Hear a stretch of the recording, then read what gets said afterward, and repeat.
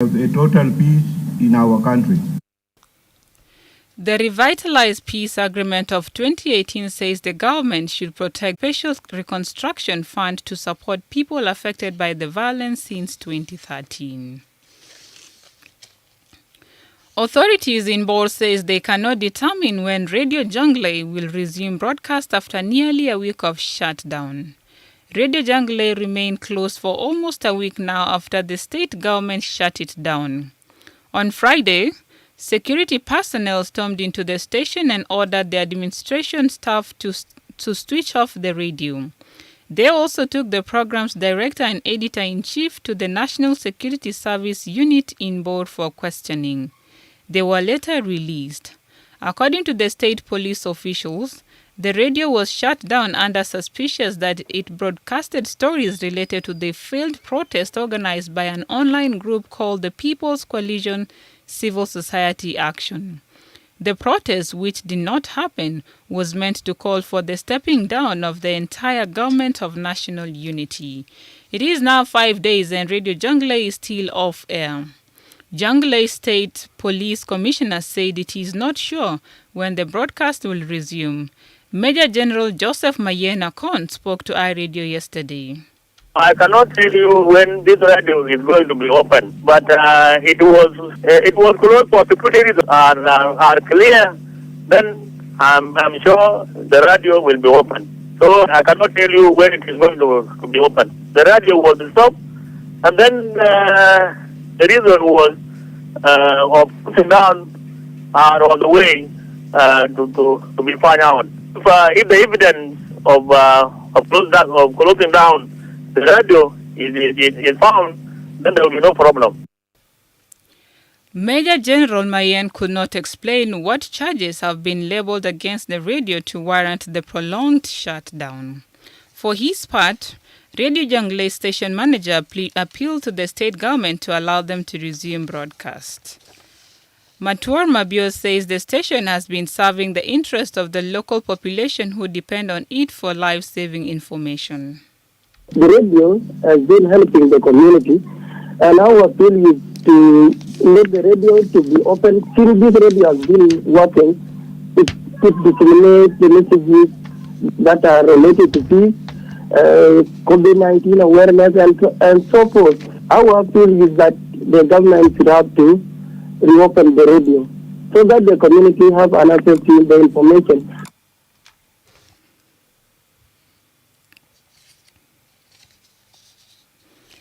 You are listening to iRadio Afternoon News.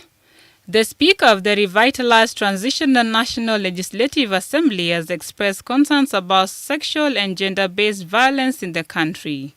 There have been reports of killing and raping of women and girls since the outbreak of the conflict in December 2013.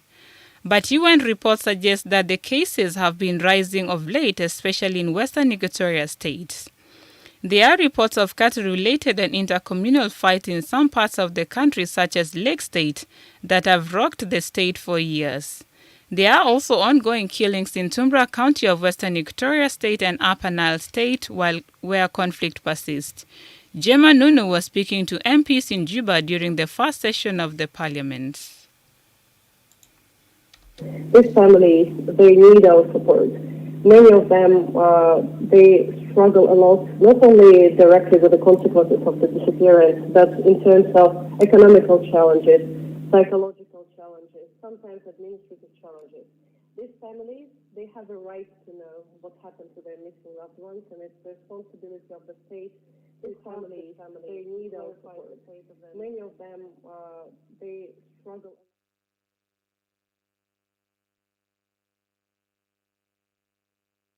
They need our psychological challenge. Many of them, they struggle a lot, not only directly with the consequences of the disappearance, but in terms of economical challenge. They need our psychological challenge. Many of them, they struggle a lot, not only directly with the consequences of the disappearance. They need our support. Many of them, they struggle a lot, not only directly with the consequences of the disappearance, but in terms of economical challenges, psychological challenges. These families, they need our support. directive. You are listening to iRadio Afternoon News. A group of street food vendors at Gudele in Juba have accused the city council of evicting them recently without a warning. The vendors are mostly vulnerable women who sell food and fruits as means of catering for their children. On 22nd of last month, the authorities demolished their stalls at the Gudele-Boaba junction, leaving them helpless. Some of them spoke to iRadio yesterday after meeting with Central Equatoria State members of Comments in Gudele.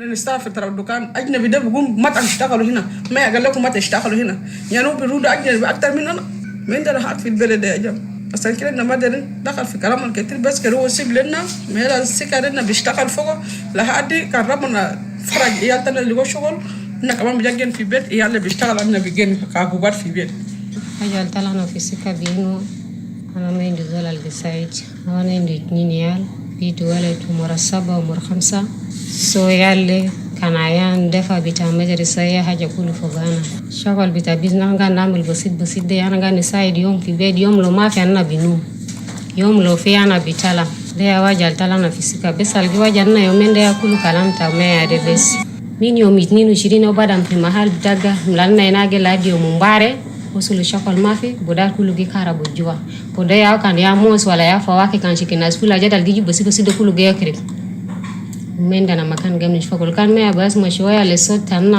best iza kan gondis makashim daka kinde ladi mayomo bijali golanna mahalo bishilanna fogo kidan ma sobur ladi mayomo lu bijanna bijuna bura fogo lakinde ya jabes gwa janna fogo be sabab de bes rajel tay mutu akuk tay mutu abu tay mutu akuk asana gene hena be yal bita arba yal tenen banat tenen walad ya banat gidam walades lisa sukarin ana japi sika danan mishakal ana biliwo aja basid an bodi lo yal ba kulo ana gene na ma indi zol wa ku rajil wa ku tay mafi kwana gene beta ujura asa nina turu yu besika de gene pi bet ana be gene pi bet ana ba mulshumu.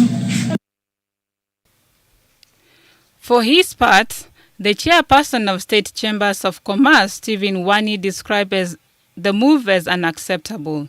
He told the vendors to return to their place of work as he addresses the issue with the city council. أجد ما شغال فأنا متأسفين جدا كرئيس غرفة تجارات بلدية جوبا أنا بقول النظام القائم به بلدية جوبا لو النظام ده بقى در يترك مرة ويترك أمهاتنا بزوج أنا كرئيس غرفة تجارية بلدية جوبا أنا ما متفق مع كلام ده وأنا بدين كلام ده جملة وتفصيلا وأنا دارين حال سريع عشان أمهاتنا ونساوينا وإخواتنا يرجع ويعمل بيزنس بتاعهم كالعادة. فهاجر أقدر أقول إنه إحنا مادي التنمية وإحنا مادي النظام بتاع بلدية جوبا إنه نظام يكون كويس. لكن لو النظام ده بقى بيطرد نسوان من شارع عشان ما يعمل بيزنس عشان جان يكون في شارع وإيال يكون كتير تورنتو في سوق لا النظام ده داري يعدله. In addition, last week during the celebration of the 5 Rosa buses and 2 tractors procured by City Council, Thik Mayadit, who is in charge of development and infrastructure in the municipality, warned the City Council against eviction of women who are trying to feed their children. And finally, before approaching the international scene, the second phase of the AstraZeneca vaccination campaign is expected to commence in Juba this morning. Yesterday, the Ministry of Health received 59,520 doses from the UK-based COVAX facility at the Juba International Airport.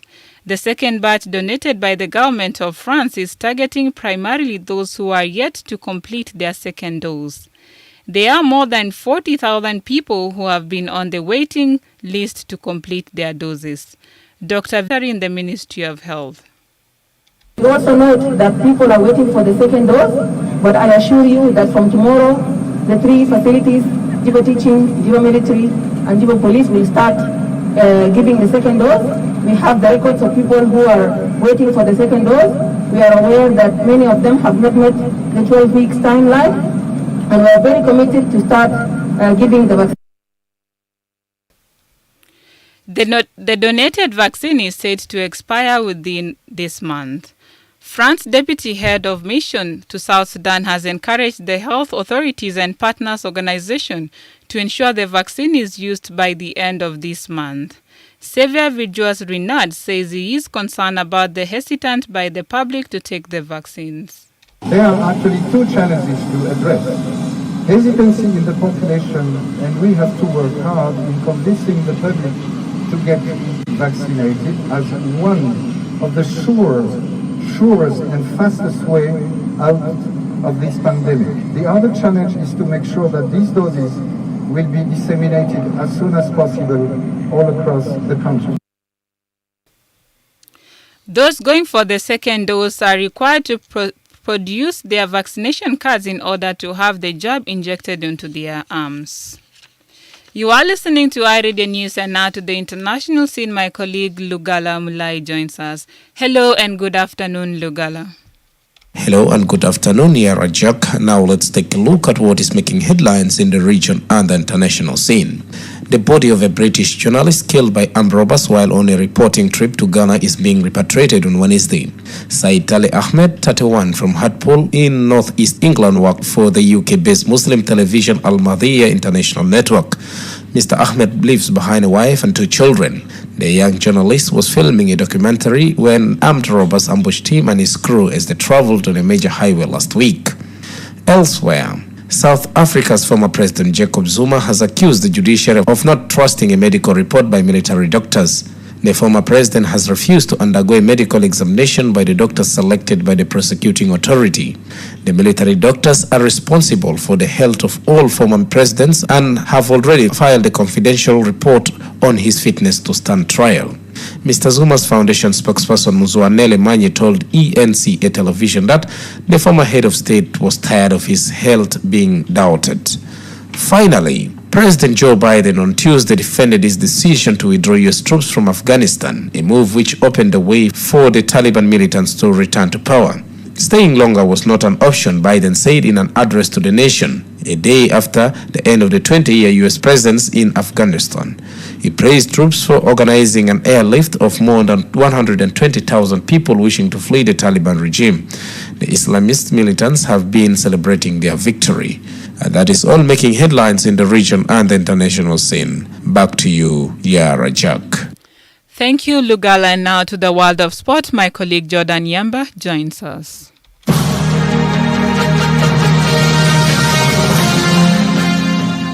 South Sudan made it through to the quarterfinal of the AfroBasket in Rwanda, the first time asking, beating Kenya 60-58 in a nerve-wracking knockout encounter on Tuesday night.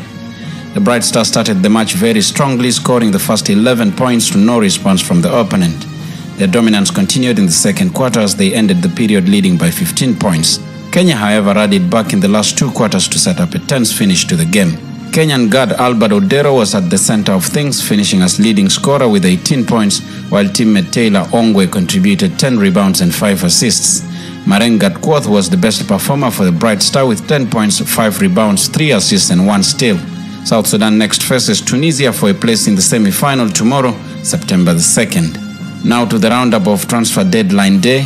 Antoine Griezmann has rejoined Atletico Madrid from Barcelona on a season-long loan in a deal worth 10 million euros with an option to convert it permanent for around 40 million euros, less than half the amount Barca spent to sign him 2 years ago.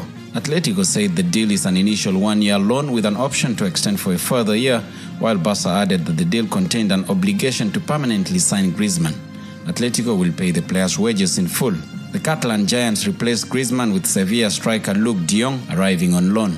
Real Madrid failed in their pursuit of France forward Kylian Mbappe but signed highly rated France midfielder Eduardo Camavinga from Rennes on a 6-year deal. In England, meanwhile, Chelsea completed a deal to sign Saúl Ñíguez from Atletico Madrid on loan for the season with an option to buy next summer, according to reports.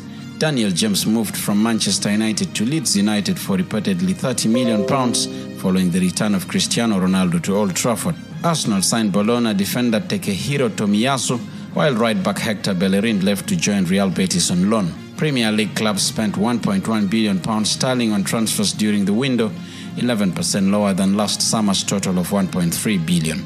Those are the latest sports stories this hour.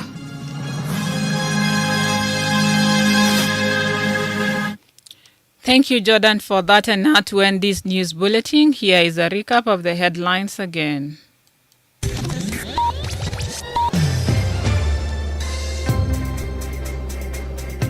President Salva Kiir has directed all arms of government to create a conducive environment for reconstruction and repatriation of people displaced by violence. Authorities in Bor says they cannot determine when Radio Jungle will resume broadcast after nearly a week of shutdown. And a group of street food vendors at Gudele in Juba have accused the city council of evicting them recently without a warning. That's the end of iRadio Afternoon News. You can also get these stories and updates by subscribing to iRadio News Alert on your MTN South Sudan number. Call 700 or star 700 hash and follow the instructions. If there is a story or an event you would like iRadio to cover or report about, please send us a text message on +211 912 986 986. It is also our WhatsApp number. Follow us on Twitter at iRadio Juba, like our Facebook page iRadio, subscribe to our YouTube channel iRadio South Sudan, and watch our comprehensive interviews. You can also visit our website and listen to us online at www.iradio.org. Stay tuned for the news in Arabic at 1:30. I am Yara Jack. Thank you for listening.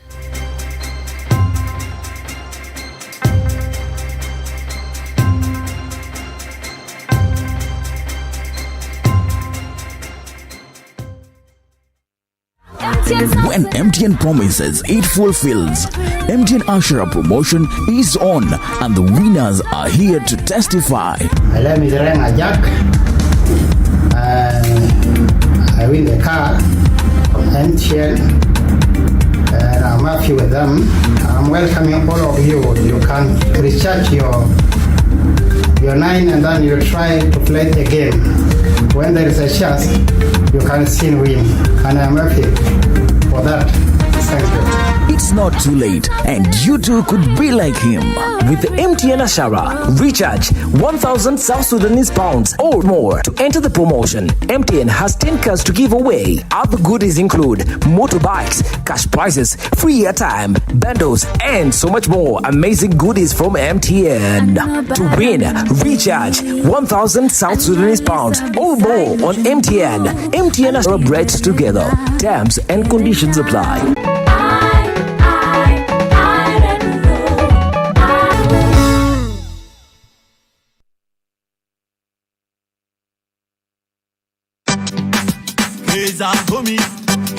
Hey, yo, line